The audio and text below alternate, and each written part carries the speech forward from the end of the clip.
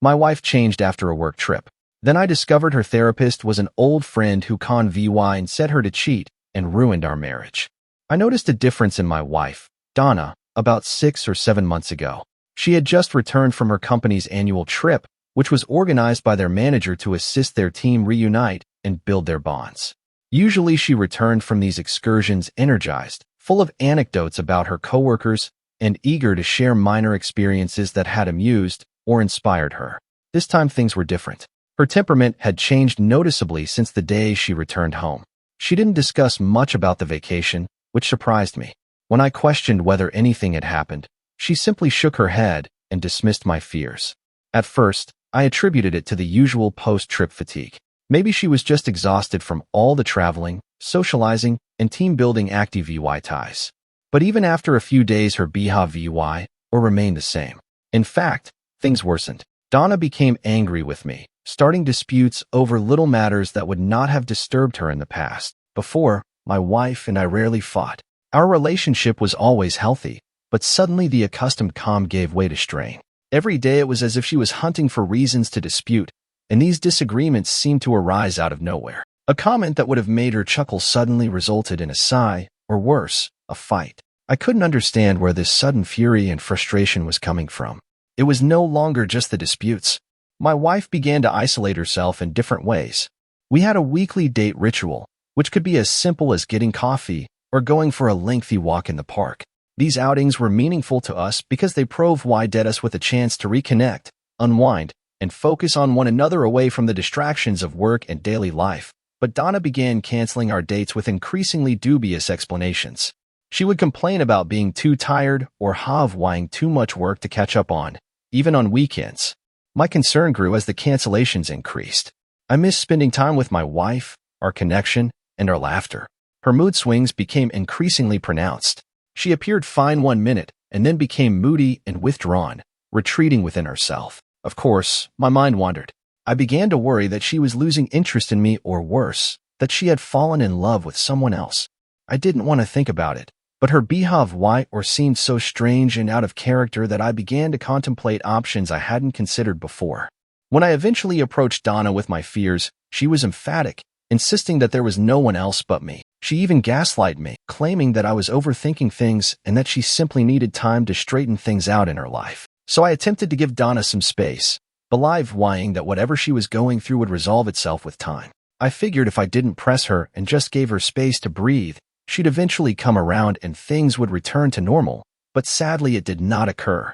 In fact, the more room I gave her, the farther away she appeared to float. She started working longer hours and came home late, sometimes after I had gone to bed.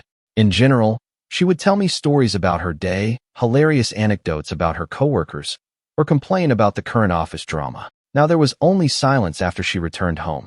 She became increasingly evasive when I tried to question her, and her acts began to create concerns in my mind. With our relationship on unstable ground, I recommended to my wife that we seek marriage therapy. I hoped that with the help of a counselor, she would be able to open up to me and we could figure out what was causing our disconnect. To my astonishment, Donna declined, stating that she wanted to visit a therapist independently and that she needed to focus on herself before we could work on our relationship together. While it didn't meet my expectations, I agreed. Ultimately, I wanted her to feel supported in any manner she needed. Donna soon found a therapist and began meeting with them 3 times a week for 2-hour sessions. I didn't ask too many questions about it, assuming she'd found someone qualified to help her. All I wanted was for her to achieve the clarity and calm she was looking for, and for us to be able to reconnect. Donna appeared to be in a better mood following each session, lighter as if a weight had been lifted. I hoped that this was a sign that things would get better between us, that this was the start of a new chapter in our relationship. Instead, things became stranger. Donna began spending more time away from home, frequently making plans without me. It began with a few evenings here and there, but it quickly spread to almost every weekend. She'd go without much of an explanation and not return until late at night. I don't mind if she goes out with her buddies. In fact, I've always pushed her to pursue a life outside of our marriage, but I expected her to give me a heads up. Her frequent and sudden absences, along with her failure to keep me informed, made me feel neglected in my own marriage. Meanwhile, Donna appeared unconcerned about the fact that I missed spending time with her, no clue of how much I craved our former intimacy. What troubled me even more was when I realized, almost unintentionally, that my wife wasn't only spending time with friends on her little adventures. Apparently, she was also hanging out with random strangers she met at bars. This was something she had never told me. I only discovered it after several of my friends expressed worry. They had seen her at bars dancing with strange men, apparently intoxicated and acting in ways that were entirely out of character. They'd recognized her as my wife. It was humiliating to learn of my wife's behavior, or secondhand, knowing that others were watching her behavior while I remained in the dark. I was absolutely confused, dealing with the embarrassment and uncertainty that her behavior had caused. When I finally built up the courage to bring it up, hoping for an open discussion about what was going on, she rejected my concerns. She waved them off, explaining that she was just having fun and that dancing and talking to strangers did not imply that she was doing anything inappropriate with. She said it as if her active ties and meeting these strangers were insignificant, as if I shouldn't be touched by this version of herself that I scarcely recognized. Then she stopped assisting around the house. Since we both started working, we've always divided household tasks evenly. I've always cooked and packed our lunches every day. Donna handled the dishes, loading and unloading the dishwasher, and was in charge of the washing, while I did all of the folding and grass mowing. This system of shared responsibility has always been effective for us. But Donna abruptly ceased holding up her half of the bargain. She began to moan about how she felt oppressed by having to perform housekeeping, claiming that none of her friends appeared to have to work both at their jobs and from home. We had always had a mutual understanding, an equal give and take that allowed us both to concentrate on our careers while keeping our home in order. Her sudden irritability seemed utterly out of character. When she voiced these objections, I attempted to comprehend her point of view, but I couldn't ignore the facts. I pointed out that if she was referring to her neighborhood acquaintances, most of them were stay-at-home spouses who spent their entire day running their homes. I said that if she was feeling burdened by both work and housework, we should consider her leaving her job to run the household full-time, and I would gladly take on the position of sole earner. However, if she did not want to leave her job, she needed to understand that we both had to share home responsibilities.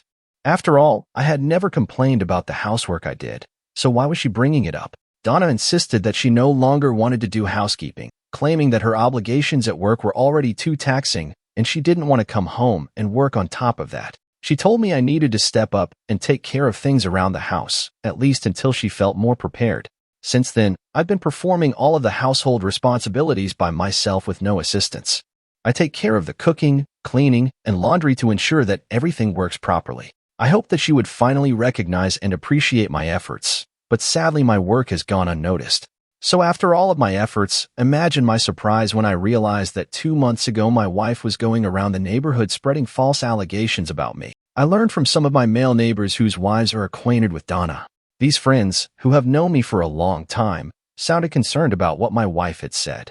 Donna had apparently been characterizing me as a domineering or poisonous husband, stating that I never allowed her to live calmly. When some of these wives inquired as to what I was doing to make her feel this way, Donna claimed that over time she had realized that I was too closed-minded and had prevented her from having any enjoyment. As a result, she began to feel unfulfilled in our marriage. This, she claimed, was why she began engaging with other men to help her reconnect with pieces of herself that she felt had become too suppressed since marrying me. She also told her friends that she had begun fantasizing about exploring her femininity with other men. At first, I clearly did not trust them. This did not sound like Donna at all. Donna, I knew, was always discreet about our relationship and avoided discussing personal topics, particularly with our friends. Also, why would she lie about me like this? I'd never stopped her from doing anything. For months she had been doing anything she wanted as I stood silently by. She suddenly blamed me for being toxic and repressing her. I chose to face her directly, telling her what my friends had revealed to me. I asked her whether it was true that she had been talking about me this way. I wanted to hear her side of the story and understand why she felt compelled to share those details with others. To my surprise, Donna did not dispute any of it. She quietly revealed that she had communicated her sentiments with those people, explaining that she was dissatisfied and unsure about our relationship, so she vented her anger to others. I asked her what she meant exactly. Donna began to open up about her therapy sessions, revealing how her therapist had helped her recognize what she lacked in her life. She informed me in an unnaturally detached tone that she now found me uninteresting and predictable and that our marriage lacked passion. These words stung, especially since I had always imagined she was happy with the life we had created together. I reminded her of all the times she had expressed happiness and how we had worked together to maintain our relationship balanced and fulfilling over the years. Instead of understanding where I was coming from, she accused me of stifling her by clinging to old memories and situations that she believed were obsolete. She argued that while she had grown and kept up with the changes, I had remained the same, which was why we were so disconnected. My thoughts began to spin, so I asked her bluntly, "What do you want from our marriage?" She hesitated, evidently nervous, before adding that she and her therapist believed that an open marriage could help us restore our marriage. I was taken aback. I told her up front that I did not believe in open weddings. Donna then claimed that even if I didn't believe in them, she did. She stated that opening up our relationship would restore the excitement she felt was missing, allowing her to rediscover herself while remaining married to me. She also emphasized that in an open marriage, if I wasn't comfortable sleeping with strangers, that was fine, but she wanted the opportunity to do so without guilt. Her suggestion sent me reeling. I could scarcely understand what she was saying. I never expected that our marriage would reach a stage where she would seek satisfaction elsewhere. How could meeting new people while still married improve our relationship? How could her therapist propose something like this? I assumed my wife was seeing a therapist to improve herself, but in actuality, this so-called therapist was merely encouraging her to explore these crazy beliefs. I informed Donna that if she wanted a divorce, she didn't have to lie about being excited or needing anything new in her life. I argued that if she was so dissatisfied with me, she should just be honest instead of making up excuses to justify an open marriage. I told her that it was better for us to part ways than to stay married while meeting up with strangers. This was not how I imagined a marriage to be, and I couldn't stand by it. But to my astonishment, Donna fought back, insisting she enjoyed being married to me. She highlighted how much she respected me as a dependable and trustworthy partner, and how I offered a stable basis that she valued. Yet in the same breath, she said the spark between us had vanished. She insisted that we stay married and simply have fun with other people. She suggested that this new venture could help us and keep our marriage interesting. I informed my wife that I needed time to think about it, because this was not a decision I could take lightly. But as I spent the following few days pondering on our relationship, I realized that an open marriage was not for me, and more crucially, neither was the person Donna had become. She had changed so much over time that I could no longer recognize her or feel close to her. She dressed differently. Her outfits had suddenly become more exposing and provocative. She was always hooked to her phone and engaged in chats with others. It was as if she had adopted a whole different lifestyle, one that no longer allowed for the principles we formerly shared. She seldom spoke to me anymore and had completely disregarded her job in maintaining our home. She treated me as a roommate at best, not a partner. I slowly realized that I did not want this version of my wife. I didn't want a companion who needed to see other people to feel satisfied. I had spent months trying to be patient, supportive, and give her the space she required. But the Donna I had fallen in love with had vanished, replaced by someone who appeared to consider our relationship as a convenience rather than a commitment. And it stung, but I understood it might be time to let go of our marriage. I had done everything I could, but it was clearly insufficient. After 2 weeks of careful consideration, I sat down with Donna and informed her that I wanted a divorce. I explained all of the reasons I had given above and persuaded her not to challenge my decision. Donna, on the other hand, became enraged almost immediately. She accused me of being overly sensitive and felt that requesting a divorce was an unreasonable response. She couldn't understand why I wouldn't just give in and embrace the new lifestyle she was offering. I remained calm, emphasizing that this was not what I wanted and that she couldn't compel me to accept it. Each point I made seemed to make her angrier. Donna suddenly turned on me, accusing me of refusing to work on our marriage, alleging that I was the root of the problem. I wasn't surprised by her decision. She had always enjoyed gaslighting me and blaming me for everything without taking any responsibility herself. I tried to reason with her, but she refused to give in. Realizing we were going nowhere, I asked her to go. Since this was my house, I felt right in telling her to gather her belongings and go now that we were finished. Donna raged at me, saying I had no right to ask her to leave, and even threatened to ruin my life if I followed through with the divorce. Her wrath simply confirmed my choice. So I held firm, quietly advising her not to escalate the issue any further. In the end, she had no choice but to comply, but only after throwing a tantrum. She threw stuff around the home and even scratched my car in a fit of wrath before departing. Fortunately, I documented everything, photographic evidence of the damage and recordings of her outbursts, knowing that I would probably need it later on. This was simply a sad, terrible end to what had once been a really important relationship. Donna has been texting me insults about my manhood and spreading tales around town, accusing me of unfairly kicking her out and calling me a coward for failing to fight for our marriage. Update 1. Thank you everyone for your warm words. I'm not a fool. I now recognize that my wife may have had an affair or several affairs outside of our marriage. This is probably why she had the nerve to propose an open marriage to me. Clearly, she only wanted the benefits of being married to someone as established as me while putting no effort into our relationship. Why did this happen? I have no idea. Perhaps she never truly loved me, or she fell out of love over time. It doesn't really matter anymore. Donna continues to leave voicemails blaming me for everything. I'm tired of her continual allegations. Update 2. It has been 2 weeks since my last update. Donna had been wanting to meet for the past week, messaging and calling regularly, so I finally agreed to meet with her today. Part of me hoped she'd come around, that she'd be willing to discuss openly and even accept responsibility for everything that had happened between us. But as soon as we sat down, Donna went into a new story. She indicated that her therapist thought I was departing our marriage just because things had become difficult. According to this so-called therapist, I was the one who failed to fulfill my promise by refusing to adhere to Donna's requests. Then, as if that wasn't enough, Donna said she was willing to accept me back if I agreed to certain terms. I was taken aback. Take me back. Remember when I asked her for a divorce? To entertain myself, I inquired about her condition.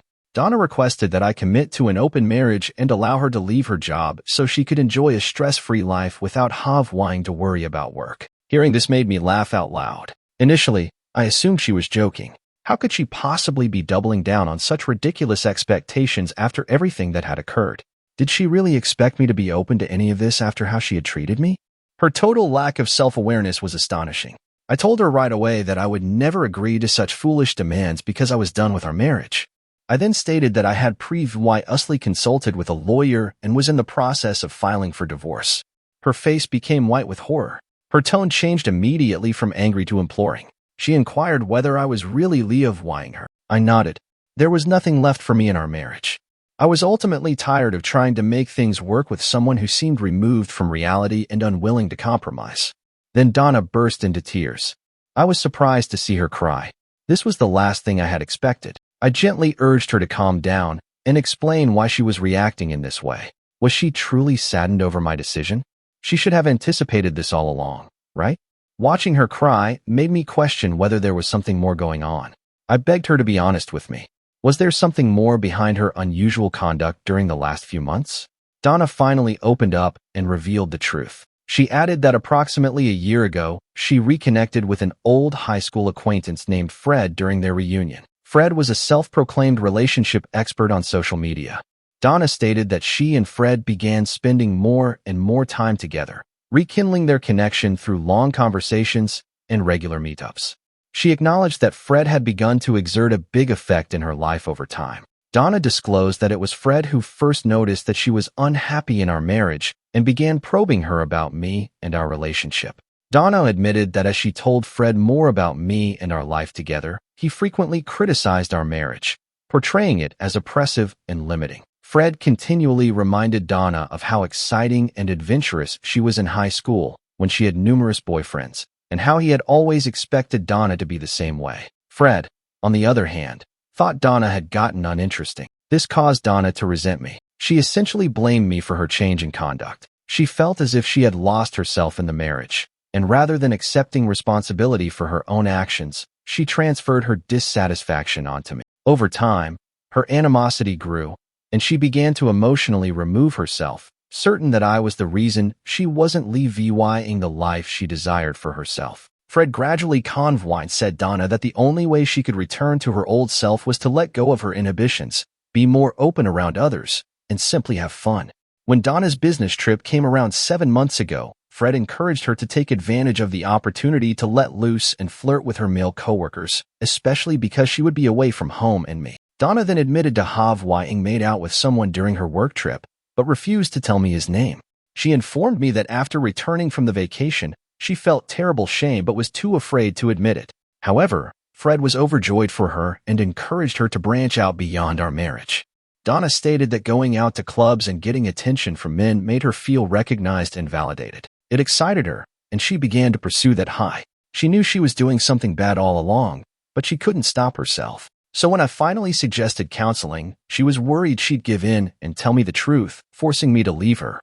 Instead, she sought therapy as a cover-up. These so-called treatment sessions were not actually therapy at all. They were just meetings with Fred to gossip and vent. Donna said that she trusted Fred fully because they had known each other for years, and she believed Fred knew her better than anyone else. Fred's influence grew so strong that Donna began to internalize what her friend told her, that she deserved freedom and excitement regardless of the consequences. When I approached her and explained my worries, Fred would convince Donna that I was controlling or toxic, that I was preventing her from expressing her true self. In fact, it was because of Fred that Donna had begged for an open marriage, expecting me to give in. But to her amazement, I hadn't. Rather, I had kicked her out. Inside, Donna informed me that she had wanted to tell me the truth after that, but Fred had persuaded her to keep control of the situation, to keep me on edge and force me to chase her. Fred had forcefully persuaded Donna not to apologize at this lunch, suggesting that she should demand what she wanted from me. However, Fred's advice backfired, and instead of breaking, I appeared more determined than ever to pursue a divorce. That's why Donna eventually revealed the truth. Donna urged me to not leave her. She admitted that she had most likely lost her mind temporarily, that Fred's influence had muddled her judgment. She said that because her buddy was a relationship expert, she believed her counsel. However, it was now evident that none of it had helped. It had just exacerbated the situation. Donna stated that now that she had finally come clean, she was ready to pursue legitimate therapy and, if I was willing, attend marriage counseling together. I could tell Donna was eager for one last shot to recreate what we had, promising to do everything it needed to make up. However, I was unwilling to give her another chance. Clearly, Fred had influenced my wife's decision, but she wasn't the only issue here. Donna had also been involved in all of this. She had made her own decisions deliberately and knowingly. For months, she could have mended our connection by having an honest discussion about her feelings as an adult. Instead, she chose to keep everything bottled up and succumb to Fred's destructive advice. She had gaslighted me, twisted my words, and rejected my emotions, all while claiming everything was fine. Also, she had cheated on me, and now when it was too late, she had only spoken the truth out of desperation. Thank you for watching. If you haven't subscribed yet, please do so and hit the notification bell to stay updated with more shocking real-life stories happening around you.